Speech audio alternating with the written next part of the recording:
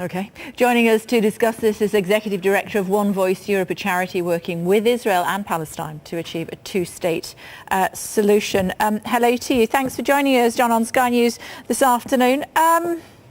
We've heard what the president's had to say. I mean, it is fair to say that other presidents have also thought that it was a good idea to move the embassy to Jerusalem. It's just that they haven't implemented it. Yeah, it's been a consistent position of presidential candidates on the campaign trail for quite a while now, since the legislation was first passed in 1995. But it does sort of run counter to his other big pledge, which is to do the ultimate deal between Israelis and Palestinians.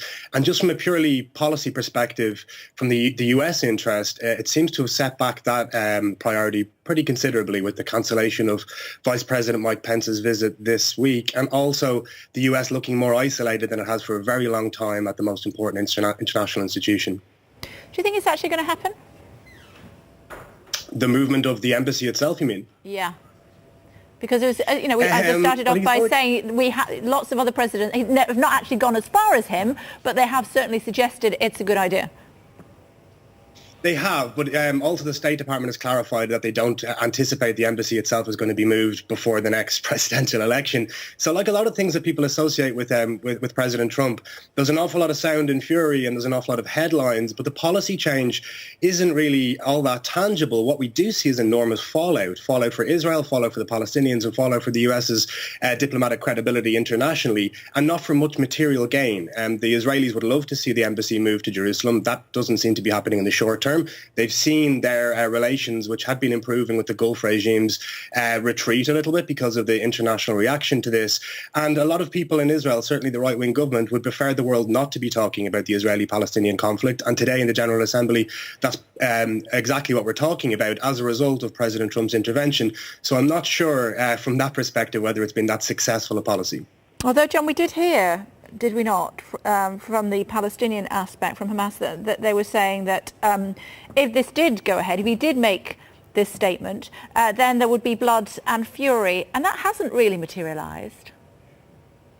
There has been significant escalation of rocket fire. There has been loss of life. There's been protests across the Middle East. There's been a lot of bluster from Hamas. I mean, they called for a third intifada. They called for, 1 million people to march in the Gaza Strip. But that certainly hasn't materialized. I think what I've seen with our partners and my contacts in the region is a lot of anger, but also a lot of disappointment. After 20 years of US sponsorship of the peace process, there's a disappointment that they've kind of come out so clearly for one party. That's certainly how it's been perceived in the region.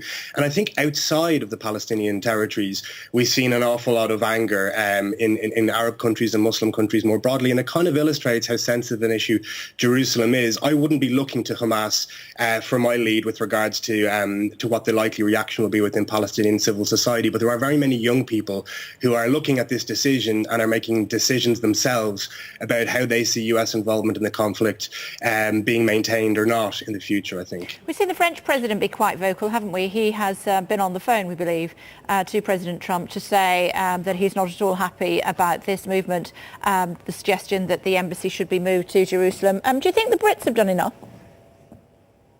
Britain has voted this week in the Security Council in a way that's consistent with its long-standing policy. I think it's standing shoulder to shoulder with the French. I think, there's 10 UN resolutions since 1967 that make clear that Jerusalem is an issue that needs to be determined between both parties. Britain has been clear that Jerusalem needs to be the site of a capital for both Israelis and Palestinians. And I think the Foreign Office and the Prime Minister have made that case as well. But quite obviously, Britain has also compromised because of Brexit, which kind of overshadows an awful lot in this country at the moment, and a sense that a post-Brexit future may be more tied to the United States than the current membership of the European Union. So I do think there's a slight tension there, but I do hope that Britain remains consistent with this long-standing policy and that we all get to see an Israeli capital in West Jerusalem and a Palestinian capital in East Jerusalem, which ultimately is how this conflict can be resolved and Jerusalem can be shared by both peoples. Good to talk to you, John. Thanks for joining us. Appreciate it. Thank you.